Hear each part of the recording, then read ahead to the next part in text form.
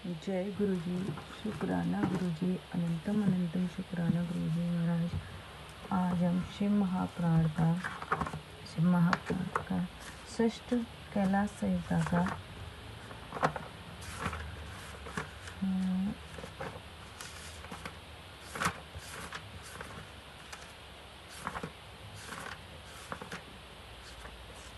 का 21वां अध्याय पढ़ने जा रहे हैं। योगियों के मरने के बाद। ओम नमः शिवाय, शिव जी सदा सहाय। ओम नमः शिवाय, गुरु जी सदा सहाय। ओम नमः शिवाय, शिव जी सदा सहाय। ओम नमः शिवाय, गुरु जी सदा सहाय।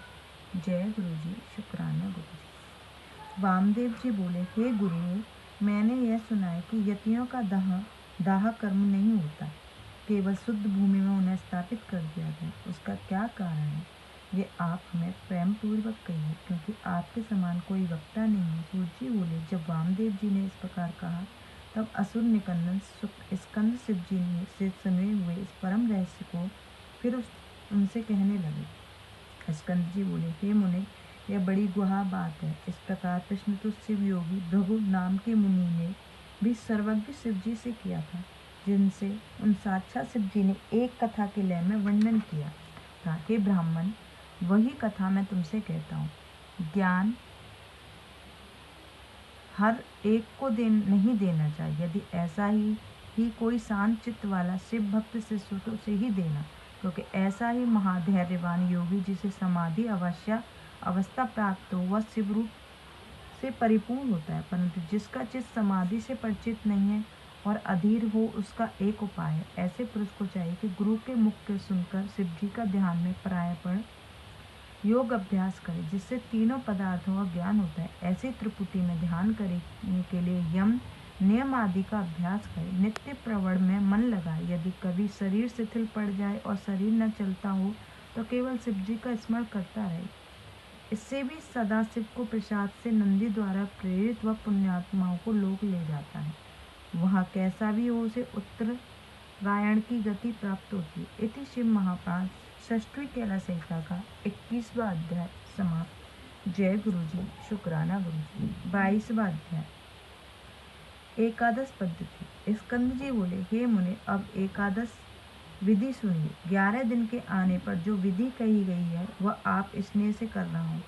यह एक बेदी के शुद्ध लीप कर पश्चिम पूर्व 5 मंडल बनाए और उत्तर की ओर मुख का एक लंबा चौड़ा मंडल बनाए। उसमें दिव्येश्वरी अति वाहिक जैसे पहले कहा गया है, वैसे 5 देवताओं की पूजा करें। इसका एक विस्तृत विधान है। इस प्रकार उनके दिव्य रूप का ध्यान करें। शिव जी की कृपा से क्या नहीं सिद्ध हो जा सकता।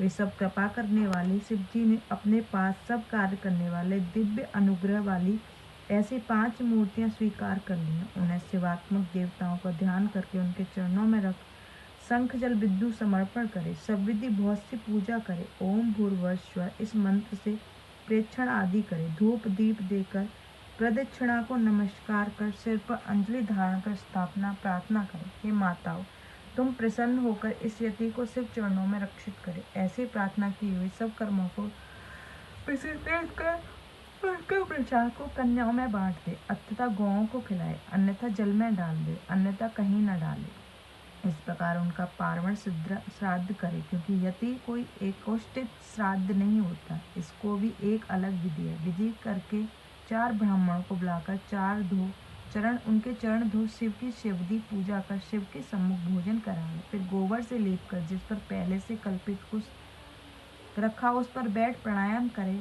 कहे कि मैं पिंडदान करता हूँ। ऐसा संकल्प करके 3 मंडलों को अपने परमात्मा, अंतरात्मा और आत्मा के लिए पूजा करे। फिर तथा चतुर्थी के अंत में इसका विचार करके हमने आत्मा को पिंड दिया है, हम फिर पिंड से कुछ से जल छिड़क कर प्रदक्षिणा और नमस्कार करें। ब्राह्मणों को दक्षिणा दे, उस स्थान में नारायण बलि करें।